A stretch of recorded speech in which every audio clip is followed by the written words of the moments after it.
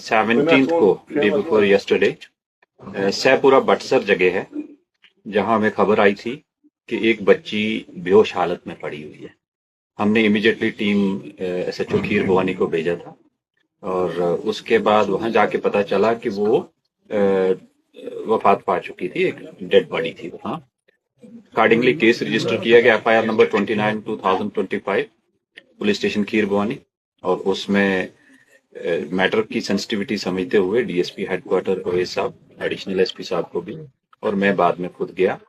हमने एक seat constitute की और उसमें श्रीनगर से हमने फोरेंसिक्स के एक्सपर्ट्स बुलाए और उनके आने पे उसको सीन ऑफ क्राइम को प्रिजर्व करके डिटेल एग्जामिनेशन किया गया और उसके बाद हमने डेड बॉडी को हॉस्पिटल शिफ्ट किया फॉर पोस्टमार्टम। वहाँ हॉस्पिटल में एक बोर्ड ऑफ डॉक्टर्स कॉन्स्टिट्यूट करके इवन MRI तक करवाया गया सो दैट कि सारे पहलू उसमें हम इनकॉर्पोरेट कर पाए। इसमें जो इनिशियल इन्वेस्टिगेशन में वहां जो स्टोरी और कुछ स्टेटमेंट्स दी गई कि ये 2 बच्चियां घर से निकली थी, आगे किडनैप अबडक्शन किया गया और उसके बाद आगे इसको मार दिया। लेकिन मजीद इन्वेस्टिगेशन पर पता चला कि ये फैक्ट्स करोबरेट नहीं हो रहे। जिस रोड से, जहां से, जिस लोकेशन से डेड बॉडी मिली है उसके एंड पे जाके अगेन CCTV है और बिगिनिंग में डिसीज्ड के घर में भी CCTV कैमरास लगे हुए हैं। उसका टेक्निकल एग्जामिनेशन करवाया गया और जहां से किडनैपिंग की प्लेस दिखाई गई, अबडक्शन की दिखाई गई थी, उस जगह पे एक बाड़ी दिखाई, एक पैडी फील्ड टाइप के अपनी, तो कि यहाँ से निकले थे। उस लड़की ने जो स्टेटमेंट इनिशियल दी थी एल्डर सिस्टर ने, वह मैच बिल्कुल नहीं किया, वो लॉक थी। और फिर हमने सस्टेन इंट्रोगेशन करके पता चला कि बड़ी जो एल्डर गर्ल है उसका भी हमने मेडिकल एग्जामिनेशन उसी समय करवाया था हॉस्पिटल में, और उसने जाके अपने कजन के घर में अपने ड्रेस चेंज किए थे जो कि हमने रिकवर किए, जिस पर ब्लड लगा हुआ था, अच्छा खासा ब्लड स्टेंस थे।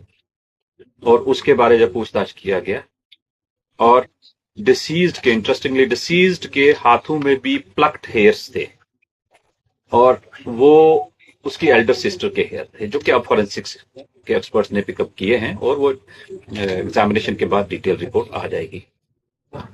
आफ्टर दैट इसका इंट्रोगेशन किया गया।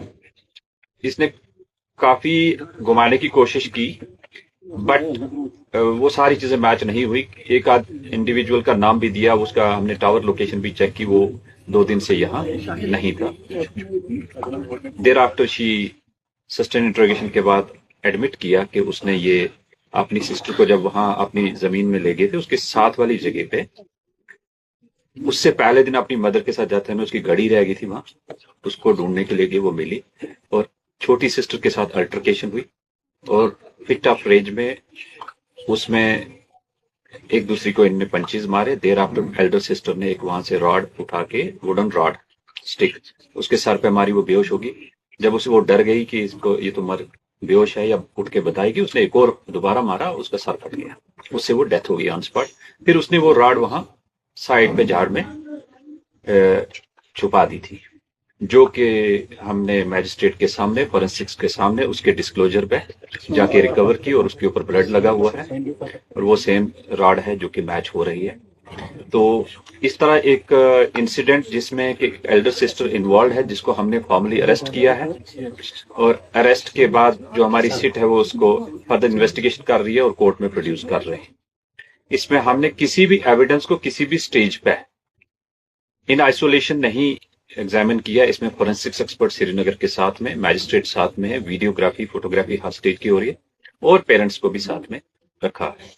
सो इस तरह ये सीक्वेंस ऑफ इवेंट्स को कनेक्ट करके वी विल इंश्योर कि इस केस की जो सच्चाई है वो सबके सामने भी रहे और इन्वेस्टिगेशन अच्छी होके इसमें अक्यूज्ड को सजा मिले। चाहे अक्यूज्ड घर का हो बट एक क्राइम, ग्रूसम क्राइम है तो इसकी सजा मिलनी चाहिए। तो मर्डर केस की इन्वेस्टिगेशन इन प्रोग्रेस है और फर्दर जो डिटेल होंगे आपके साथ शेयर करेंगे।